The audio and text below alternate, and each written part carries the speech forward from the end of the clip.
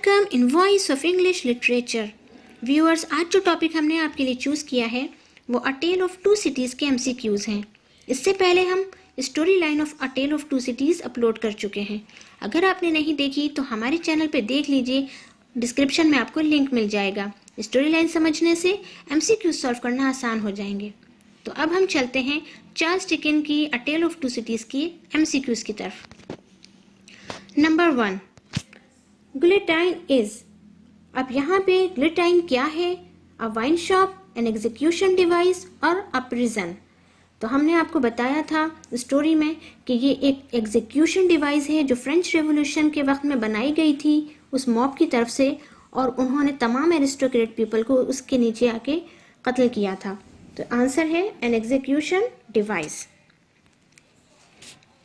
Second, The two cities referred to in the title are। अब two cities जो हैं वो टाइटल में किसको शो करते हैं? Berlin and Rome, Dover and London, London and Paris, या इंग्लैंड एंड फ्रांस।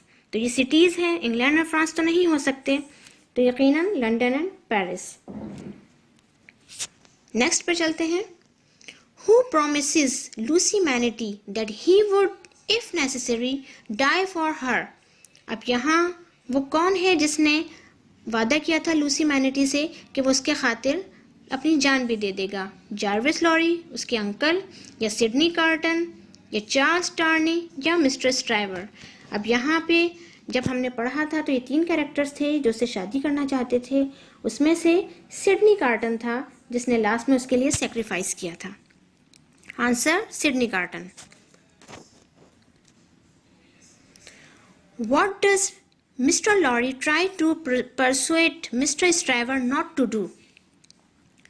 अब यहाँ पे मिस्टर लॉरी ने क्या चीज़ करने से मिस्टर स्ट्राइवर को मना किया था?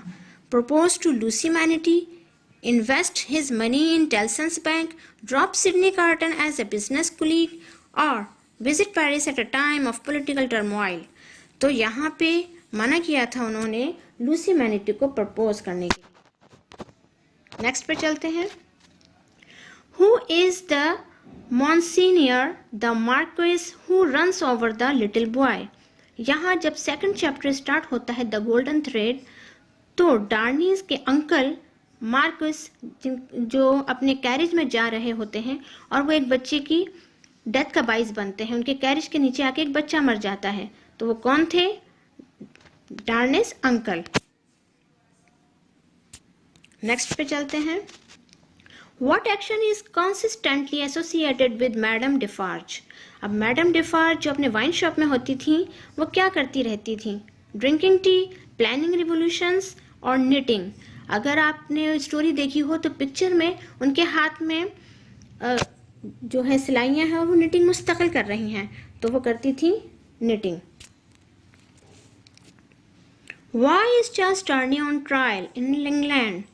अब चार्ल्स टर्नी जब अपना घर छोड़ के अपना नाम चेंज करके पेरिस से लंदन आता है तो तब किस वजह से उसको पकड़ लिया जाता है? पुलिस क्यों उसे पकड़ती है? यहाँ पे वो वजूहात हैं जिसकी वजह से उसे पकड़ा गया है। तो क्या उसने मर्डर किया था, चोरी की थी, या फिर फॉरगेरी कोई डॉक्यूमेंट वगैरह चुराया था, या फिर ट्रीजन?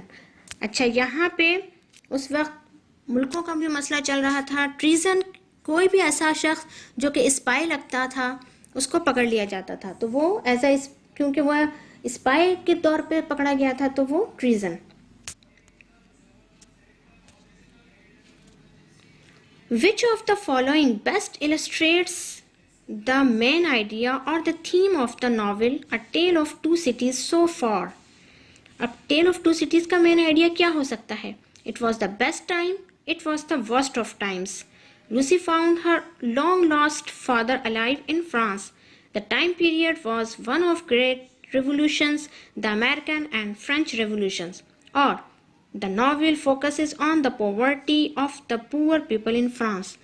अब यहाँ पे चार्ल्स टार्नी का फर्स्ट लेसन जो था रिकॉल द लाइफ, उसमें पहली लाइन थी it was the best of time, it was the worst of time. वो टाइम अच्छा भी था, बुरा भी। क्यों? क्योंकि 2 टाइप के लोग थे। एरिस्टोक्रेट बहुत खुश थे, उनके लिए अच्छा था, और पुअर के लिए बहुत वर्स्ट। तो ये है फर्स्ट। नेक्स्ट चलते हैं। This person represents emotion in the way he or she responds to a crisis in book 1. Book 1 recall the life में सबसे ज़्यादा इमोशनल कैरेक्टर आपको यहाँ कौन लगा? Mister lorry, doctor manatee, Lucy manatee और मैडम डिफार्ज। तो यकीनन लूसी मैनेटी, क्योंकि वो बहुत ही एक इमोशनल कैरेक्टर था और उसको जब अपने फादर का पता चलता है तो वो चली जाती है पेरिस और अपने फादर की कंडीशन देख के और इमोशनल हो जाती है। देखते हैं When Dickens writes that hunger stared down the street, he uses this literary device. अब यहाँ फिगर ऑफ स्पीच का यूज हुआ है इस सेंटेंस में और बताना है कि इस सेंटेंस में कौन सा फिगर ऑफ स्पीच इस्तेमाल किया है। इससे पहले हम फिगर ऑफ स्पीच की एक वीडियो अपलोड कर चुके हैं। अगर आपने नहीं देखी तो आपको डिस्क्रिप्शन में लिंक मिल जाएगा, आप उस वीडियो को देख लीजिएगा ताकि फिगर ऑफ स्पीच से रिलेटेड तमाम क्वेश्चंस आसानी से सॉल्व कर सकें। अब हम देखते हैं hunger stared down the street. Options हैं मेटाफर, पर्सोनिफिकेशन, सिमिली, इमेजरी। अब यहाँ पे हंगर जो कि एक नॉन लिविंग ऑब्जेक्ट है और बिहेव करता है लिविंग की तरह, तो ये डेफिनेशन है पर्सोनिफिकेशन की। 11th, which of the following explains what will happen when Mr. Lorry meets Lucy at Dover? अब first lesson recall the life में जब लूसी मिस्टर लॉरी से मिली थी तो उन्होंने क्या बताया था? Lucy hears the news that her long lost father is dead. Second, it was the best of time, it was the worst of time. Third, Lorry tells Lucy that her father has been found in Paris. Or, a youth is sentenced to be executed for not going to a procession of monks. अब यहाँ पे third है इसका, जब mister lorry ने Lucy को बताया था कि उसके फादर पेरिस में हैं। The novel opens with this line, it was the best of times, it was the worst of times. A peasant is executed because he did not go down to a procession of monks, the beginning of the American revolution, और it was for the best and the worst of times. अब यहाँ पे है record of life जो first chapter है start होता है इस लाइन से, it was the best of times, it was the worst of times. और ये बहुत इंपॉर्टेंट लाइन है, ये एक्सप्लेनेशन के लिए भी आती है, जिसमें ये है कि स्टार्ट होता है ये वक्त जो कि फ्रेंच रेवोल्यूशन का है, जिसमें चार्ल्स डिकन कहते हैं कि ये सबसे बेहतर टाइम है उन लोगों के लिए जो अपर क्लास के थे और सबसे बुरा वक्त था उन लोगों के लिए जो पुअर थे। तो होप कि आपको MCQs सॉल्व करने में आसानी हुई होगी, मज़ा आया होगा, और हमने कोशिश की थी कि जितने important questions a tale of two cities के निकल सकते थे और आपके कंपटीशन टेस्ट में आ सकते थे वो सब हमने यहाँ सॉल्व कर लिए हैं।